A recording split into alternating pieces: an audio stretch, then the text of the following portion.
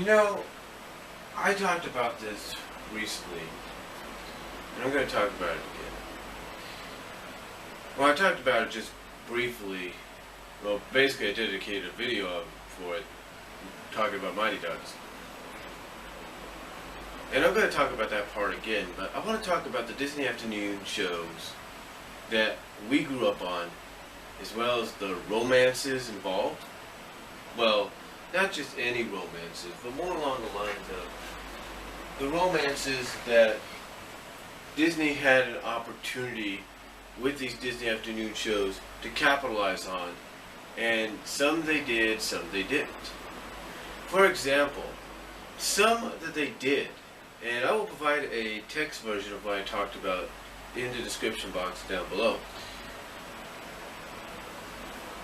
But the ones that they did, and this is going to be out of order from what I typed up, but basically the ones that they did, or Dragon Naturally Speak typed up, but getting back to my point here, the ones that they did take an opportunity on are kind of far in between.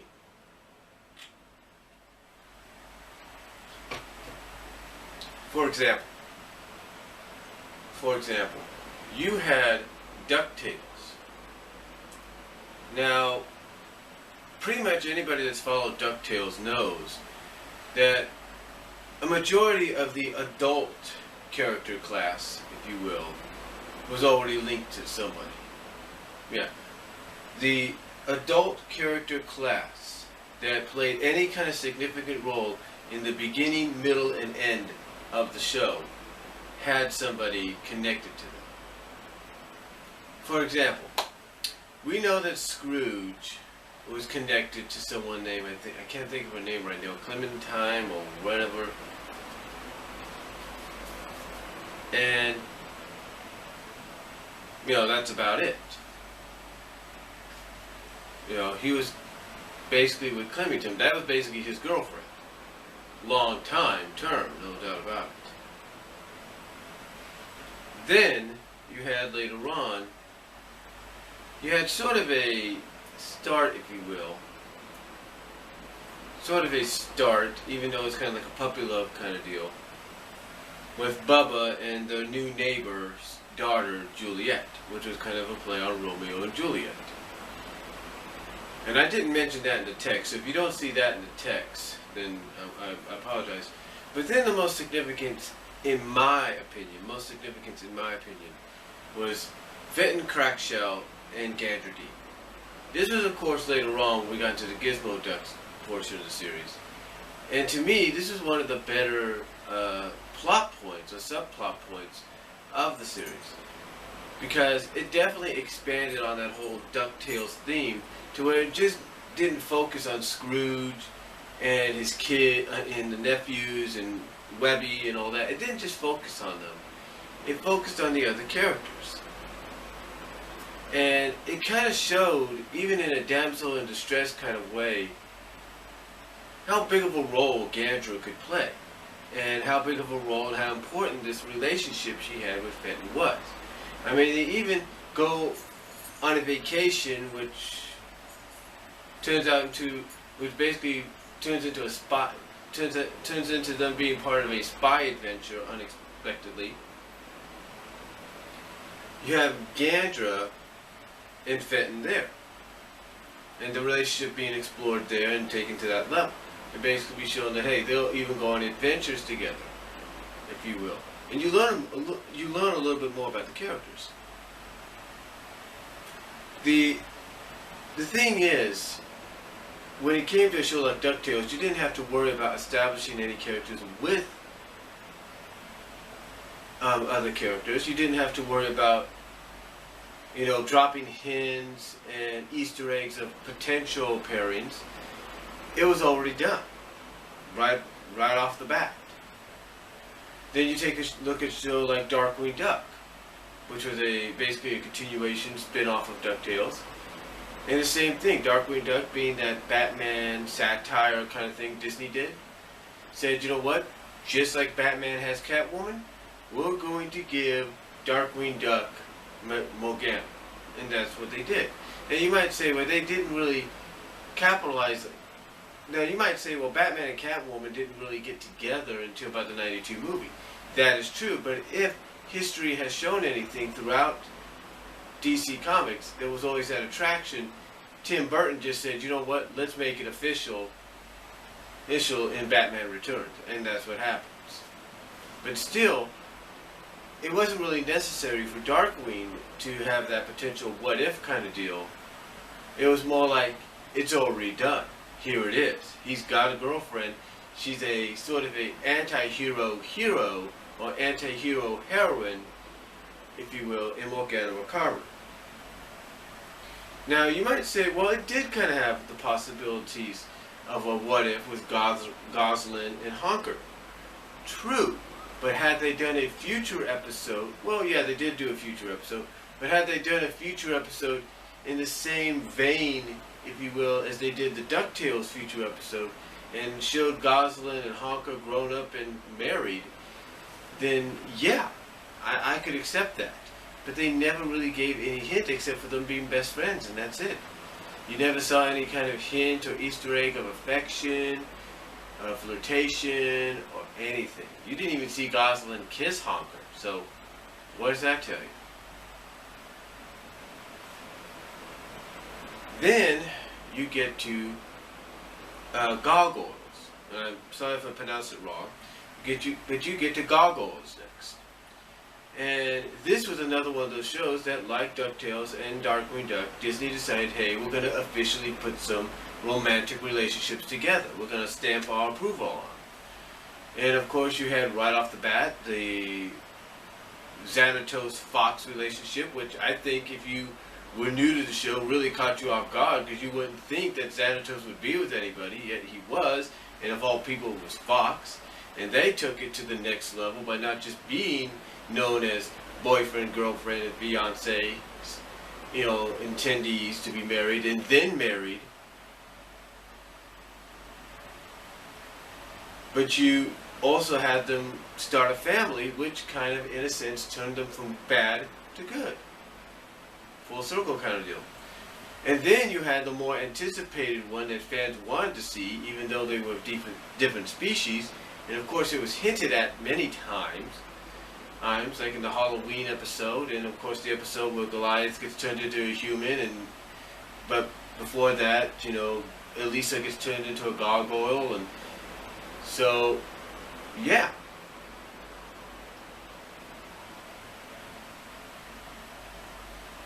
So yeah, you had all these hints and everything, and you knew Disney was building towards something, and eventually they finally paid it off at the end of Hunter's Moon Part 3, where she kisses Goliath on the lips, and pretty much is established through the third season, or the continuation series Goliath Chronicles, that they are a couple now, an interspecies couple, if you will. Hold on for a second.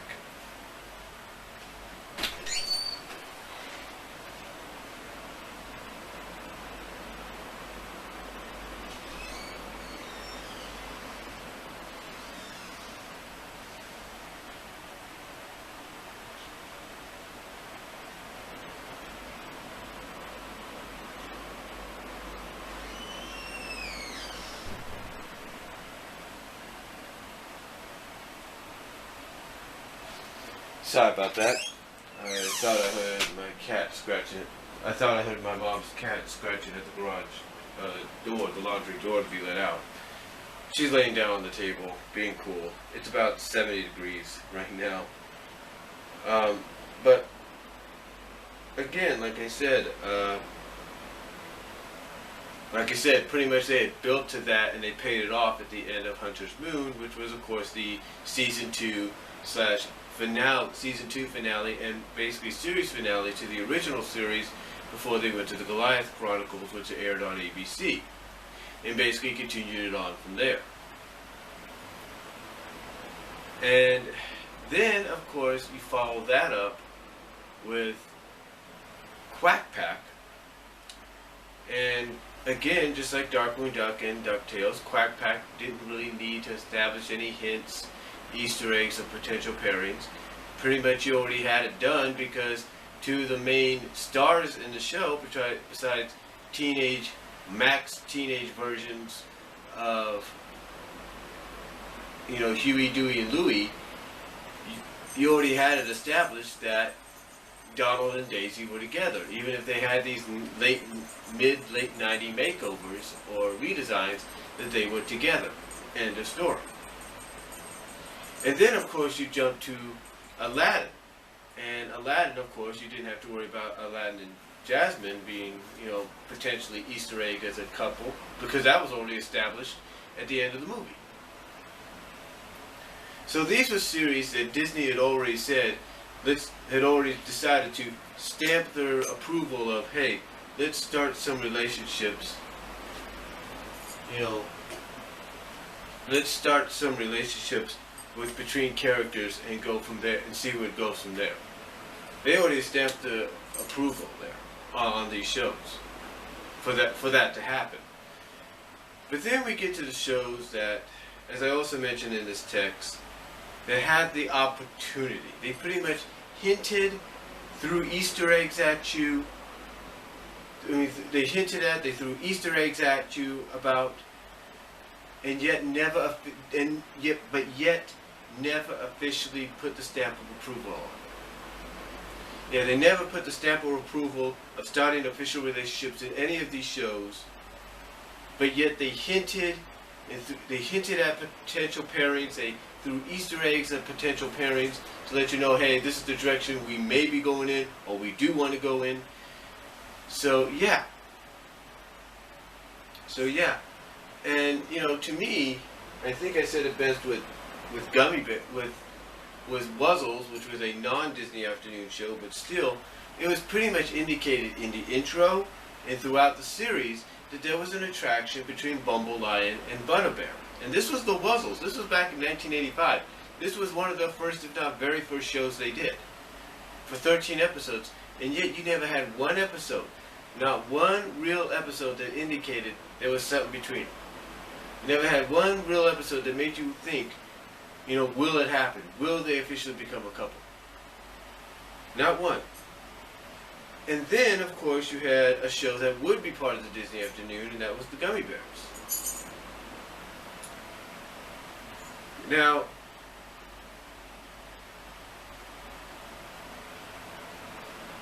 it's like I said here, and I've said many times, because I do support this.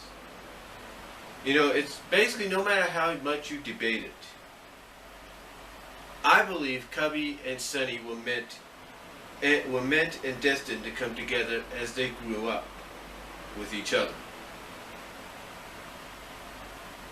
Now, as I say here, you can sit there and watch this and say that Sunny was meant to be with two other characters. Those characters, of course, being either Gusto Gummy or Buddy Barbic Gummy. And that's fine. And that's fine because you would say she and Cubby were like, and you would say that because you believe she and Cubby were like siblings. But this is what I say in the text, and this is what I say in this text, and I quote, "Yet one has to look at it from this perspective, that Cubby and Sunny, I'm adding that in, Cubby and Sunny are not blood related, and if television, live action or animated, has proven anything to us, that is, anything is possible, and never say never. And I still stick by my belief that had the show continued, it may have gotten, this is one bad thing about Dragon Natural Speaker, you're trying to say one word and it thinks you mean another. It may have gotten a movie in the 1990s, because I think in the 90s Disney wanted to go in that direction where every year or every other year they were going to have a Disney afternoon inspired theatrical film, that these two characters would have ended up together by being showcased as gummy teenagers.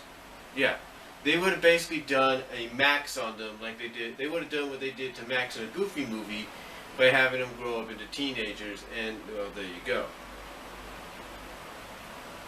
But then I mentioned Chip and Dale Rescue Rangers, and I don't think I really have to read from there to really tell you about Chip and Dale Rescue Rangers and the debates that go there.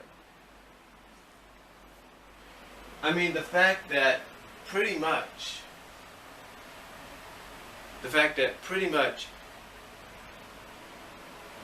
you, right from the start, you pretty much had the debate going on of who Gadget would have been better with. Would she have been better with Chip? Would she have been better with Dale? Who?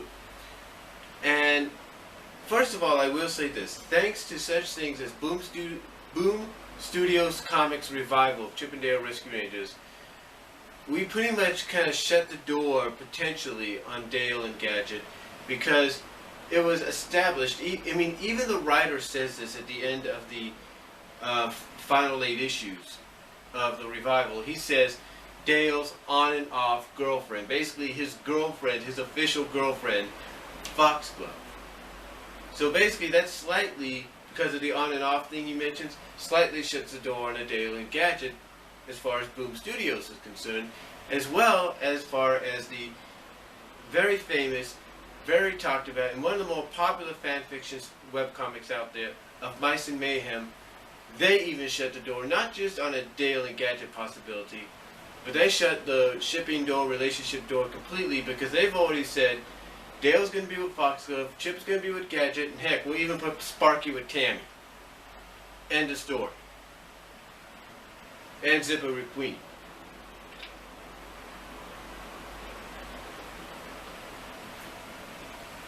But yeah, pretty much thanks to those two things, several doors, if not all doors, were shut. But yet the fan base, if you put those aside, the fan base still is debating. The fan base still debates. I mean, there was even a topic at the Acorn Cafe forums that has people talking about it, and who would be a better choice for her. And I'm going to be honest. I was honest about this before. I'll be honest again. I am a supporter of Dale and Gadget. Why? Because I see a lot of potential.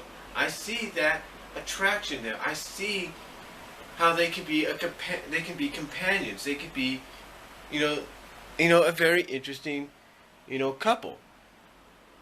And to me, I believe, had the 1991 film been made like it was originally going to be made, had it gone through and been made, I believe in that 91 film, we would have gotten the answer, and I believe it would have been Dale and Gadget. That would have been the answer. Call me cuckoo, but I think that's what it would have been. But yet the debate still starts. I mean, it still continues. I mean, yeah, you could. I have no problem with Dale and Foxglove together. I mean, if that's where they want to go, if they want to go the direction that Boom Studios has left open, then go ahead. Fine, go ahead and do it. I'm fine with that. Because I know maybe you want to go in that traditional leader gets the female member of the team route, and that's fine. That's fine. You can go in that route. You can put her with Chip. I have no problem. But I still believe that until we get an answer, we really get an answer of who she was going to be with, it's still open for debate, and I still, as much as I love Dale and Foxglove, I still support a Dale and Gadget relationship. I really do. I really do. I mean, you take a look at some of the episodes that prove it. The hints and the Easter eggs that are there from episodes like Carpet Snaggers, Calories Not Included, Double O Chipmunk, mostly, a wolf in cheap clothing. I mean, the list goes on and on of the hints. RoboCat is a good one.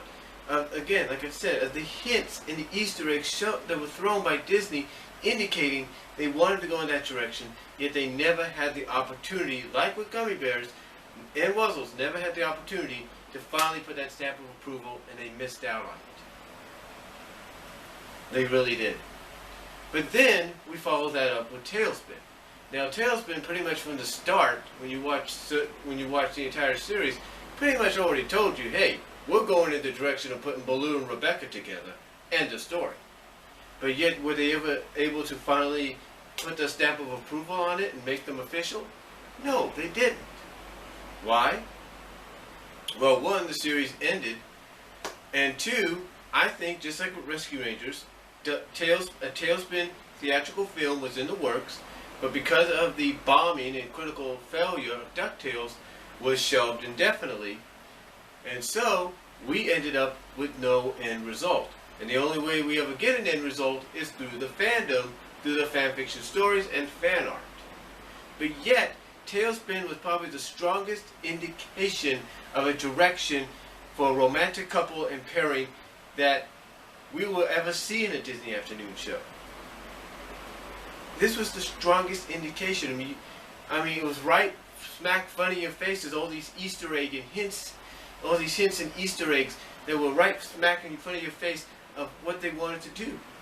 I mean, from episodes like, episodes like A Star Is Torn. Sorry about that, my battery died, so I have to charge it and move locations here to the bathroom hallway. But anyway, like I said, Disney basically, to me, with Tailspin, gave us the strongest hints and Easter eggs of a pairing they wanted to go with, a romantic pairing and couple they wanted to go with and make official, and yet they never had that opportunity.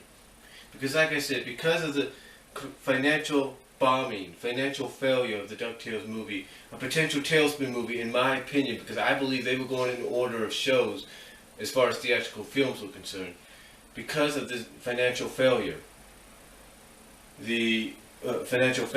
that basically we'll never get the answer, and the only way we ever get the answer is through the fandom, and that's it. If Boom Studios or Marvel Comics ever says, hey, let's do what Boom Studios did and revive Tailspin in an 8-issue comic, and let's make Baloo and Rebecca official in the comics, then I could accept that someday, but we'll never really know. And then we get to Goof Troop. Now you might say, well, why isn't Goof Troop in the other category of shows that don't need to be established or don't need to hint or Easter egg us with potential pairings? Well, true, they don't really need to, but they potentially kind of hinted at the fact that perhaps, even though she was married, that probably back in high school and still currently, as far as the show's concerned, Pete's wife Peg actually had a crush, if not the hots, if you will, for Goofy.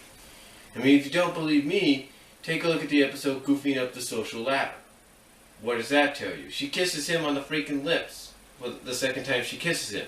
First time on the forehead, second time on the lips. What does that tell you? Exactly. Exactly, it tells you that. So it kind of hinted to me that she did have a crush, she did have an attraction to Goofy, but she is loyal to her husband, even if he does become a pain in the butt. And then, of course, following that, we had Bonkers. Now, pretty much established right there, Bonkers and Fawn, right? No real reason to make it official. Actually, there is. Disney should have at least taken the time, especially around Valentine's Day or something, to make an episode to where Bonkers and Fawn, and I think maybe this was part of one of those episodes that got lost and destroyed, because of the bad animation. But I think Disney lost out on an opportunity with it. Like I said, it was an episode that was basically so bad in animation quality-wise that it was one of those that got destroyed. They had a golden opportunity to have an episode with Bonkers and Fawn. To me, could have came out and said, hey, we're now boyfriend, girlfriend. It's not just flirting or just regular friendly dating and one saying this to the other. It's basically now we're official.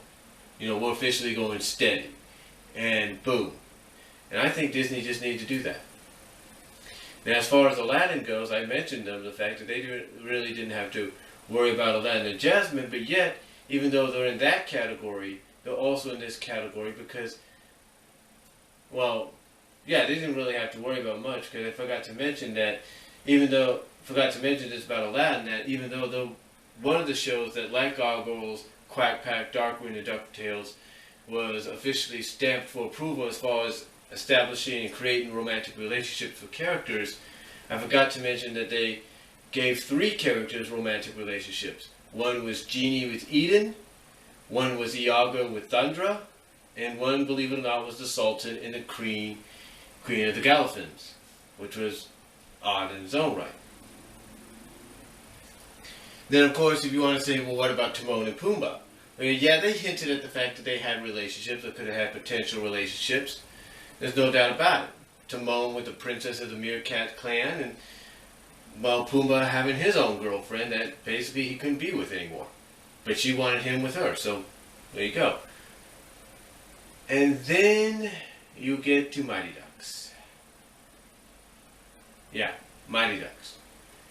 And I mentioned this in my video about Mallory and Nosedive, and I'll mention it again. I think, as far as Traitor Among Us is concerned, that potentially hinted at you a certain direction that Disney wanted to go with the show. I truly think it did. I think Disney probably wanted to do a Mallory Nosedive relationship, and with one person commenting here on DeviantArt, one person commenting on DeviantArt and other places that potentially there was a second season wrote up but never put on paper, or never really there was ideaed up or wrote up but never really put into production. I think Disney was going to head in that direction, and I think they would have done Nosedive Mallory. Honestly, I think they would have. I mean, you take a look at who does she kind of get on, whose case does she get on the most in Traitor Among Us besides Duke? More than Duke. Nosedive. She says something about she may throw up when he's trying to flirt with Lucretia. She does this to him. She sarcastically says, hey, and you wanted to date him, and then she pulls the femme fatale thing where he's waving to her and she's waving back. It's like, what other subtle hints do you need? Or Easter egg hints do you need? And then you take a look at the other hints, like at the end of the episode Monster Rally. Nosedive sitting on the couch, leaning back. She's sitting on the head of the couch. Same couch. She's introduced after him at the beginning of the intro. It's like, wow, Wing Nosedive Mallory. They're shown back to back with each other, not once but twice in the intro, and they're standing next to each other at the end of the intro. And to me, it's like, how many more hints do you need? Then you take a look at Buzz Blitzman Mighty Duck.